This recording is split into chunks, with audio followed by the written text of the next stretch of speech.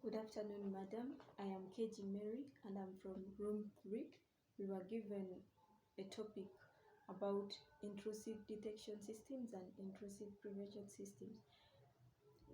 I'm mainly going to focus on intrusive prevention systems and how they work. So I'll go ahead and define what an intrusive prevention system is. And it's a network security application that monitors networks or system activities for malicious activities. Malicious activities can be referred to as security threats that aims to corrupt or steal data or disrupt an organization's system or the entire organization. Then the intrusive prevention systems, they typically record information related to observed events, notify security administrators of important observed events, and then they produce reports. The intrusive prevention systems, like many of them, do respond to a detected threat by attempting to prevent it from succeeding.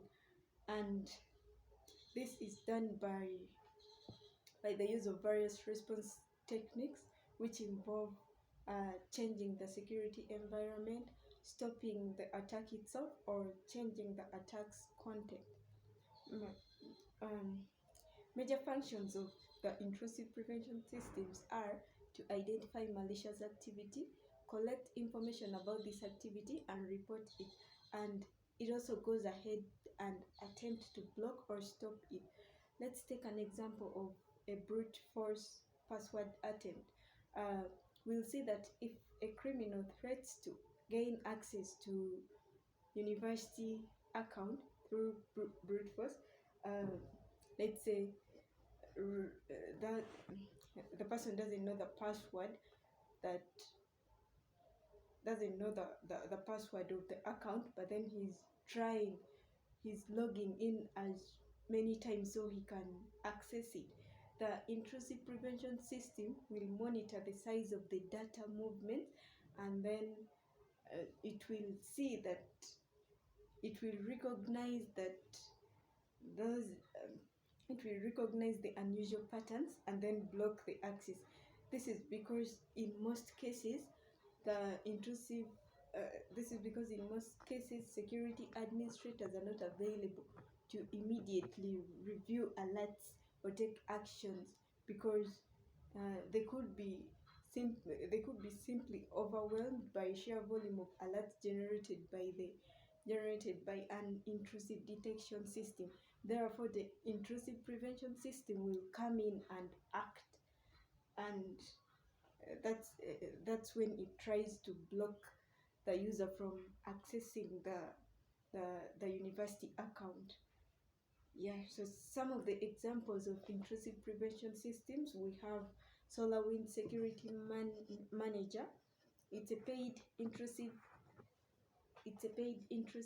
detection prevention system designed for enterprise environments. It runs on Windows, supports them, collects and analyzes network and host data. It also integrates with Snort for network analysis. So how do you detect that this is a malicious activity? By using network security tools such as the intrusive detection systems and the intrusive prevention systems. Sometimes the intrusive prevention system is referred to as an intrusive detection prevention system, because if the administrators do not take immediate action to work on the attack or to work on any attempt, then the intrusive prevention system will take action by blocking or stopping access. Yeah. So I'll go ahead and talk about how the intrusive prevention systems work. An intrusive prevention system works by scanning through all network traffic. And for it to do this, it must use what we call an intrusive prevention system tool, which will typically sit right behind a firewall, acting as an additional layer that will observe events for malicious content. In this way, the intrusive prevention tools are placed in direct communication paths between a system and network, enabling the tool to analyze network traffic. We go ahead and say that if any threats are detected, an intrusive prevention system is typically capable of sending alerts to the administrator, dropping any malicious network packets, and resetting connections by reconfiguring firewalls, repackaging payloads, and removing infected attachments from the servers. These tools can also help to fend off attacks such as the denial of service attacks, distributed denial of service attacks.